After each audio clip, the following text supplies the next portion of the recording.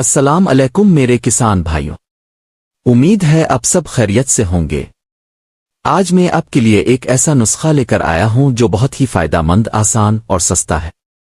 اکثر ہمارے دیہات میں یہ مسئلہ ہوتا ہے کہ گائے یا بھینس وقت پر ہیٹ میں نہیں آتی، جس کی وجہ سے دودھ اور افزائش دونوں متاثر ہوتے ہیں۔ لیکن آج کا یہ نسخہ استعمال کریں اور پھر اس کا کمال خود دیکھیں۔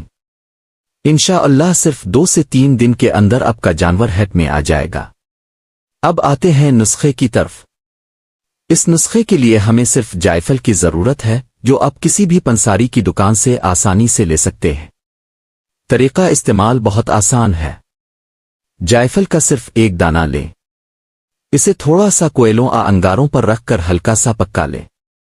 پکانے کے بعد اس کو اچھی طرح پیس کر پاؤڈر بنا لیں۔ یہ بات یاد رکھیں کہ مقدار زیادہ نہیں ہونی چاہیے، کیونکہ زیادہ مقدار نقصان بھی کر سکتی ہے۔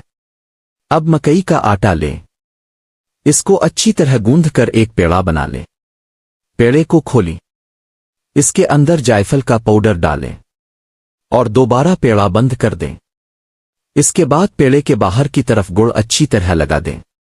یہ پیڑا جانور کو رات کے وقت دیں، جب وہ چارہ اور پانی پی چکا ہو۔ انشاءاللہ 2 یا 3 دن کے اندر آپ کا جانور ہیٹ میں آ جائے گا۔